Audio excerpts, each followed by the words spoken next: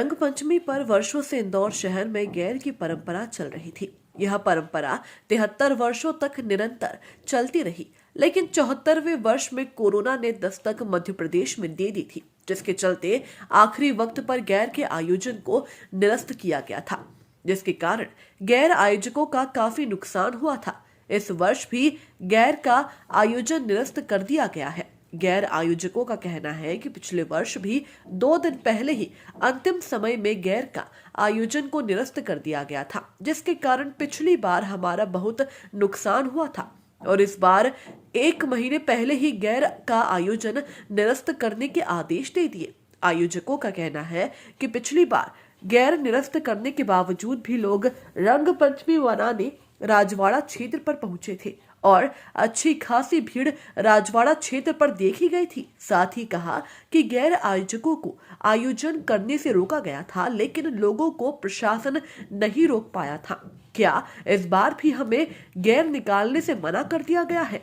अगर हम इस बार गैर निकालते तो यह हमारा 75वां वर्ष रहता, लेकिन प्रशासन ने 1 महीने पहले ही आयोजन करने से मना कर दिया है। लेकिन स्थिति नियंत्रण में है तो आयोजकों को आयोजन करने की अनुमति प्रदान करनी चाहिए और इस निर्णय पर एक बार फिर विचार करना चाहिए। कल क्राइसिस मैनेजमेंट बैठक को गैर यात्रा को प्रतिबंध करने के कुछ आदेश जारी, किस तरह से देखते हैं सर आप? सर, प्रशासनिक निर्णय है, उसके आगे तो कोई बोल ही नहीं सकता, लेकिन शहर में कई गतिविधियां चलती है। अभी कोई प्रकार के सामाजिक कार्यक्रम होते हैं तो उनको भी परमिशन दी जाती है, कई प्रकार के राजनीतिक कार्यक्रम होते हैं तो उनको भी परमिशन दी जाती है और शहर अभी सामान्य स्थिति की ओर अग्रसर हो रहा था। अगर प्रशासन को लगता है कि शहर सामान्य स्थिति की ओर अग्रसर नहीं है, विकराल स्थिति की ओर अग्रसर है, तो उनका निर्णय सराखों पे, फिर वो जैसा बोलेंगे हम वैसा ही करेंगे। लगभग कितने पुराने अपनी जो गैर यात्रा की निकल रही है? सर, हमारी गैर 1947 से निकलना प्रारंभ हुई है और इस गैर के जो मुखिया थे, मतलब शहर में मतलब एक पीढ़ी हमारी पूरी खत्म हो चुकी है। मेरे ताज श्री बाबूलाल जी गिरी और मेरे पिता श्री छोटेलाल जी गिरी, ये मिलकर यहाँ से गैर निकालते थे और जब ये गैर राजवाड़ा पे जाती थी तो उसका एक अलग ही अद्भुत संगम दिखता था और जब वो बड़ा सराफा में आती थी तो बड़ा सराफा में उस टाइम पे मतलब सारी रहवासी इलाका था, नीचे बहुत कम मतलब दुकानें थी, लेकिन ऊपर रहवासी इलाका था। वो रहवासी इलाकों में जब गुदड़ी के जो सट्टा का काम होता था वहाँ से लोग स्वागत करते थे। वो एक ऐसा स्थिति लगती थी कि मध्यम वर्गीय आदमी, गरीब आदमी का स्वागत जो है वो सोना चांदी का व्यापारी स्वागत कर रहा है।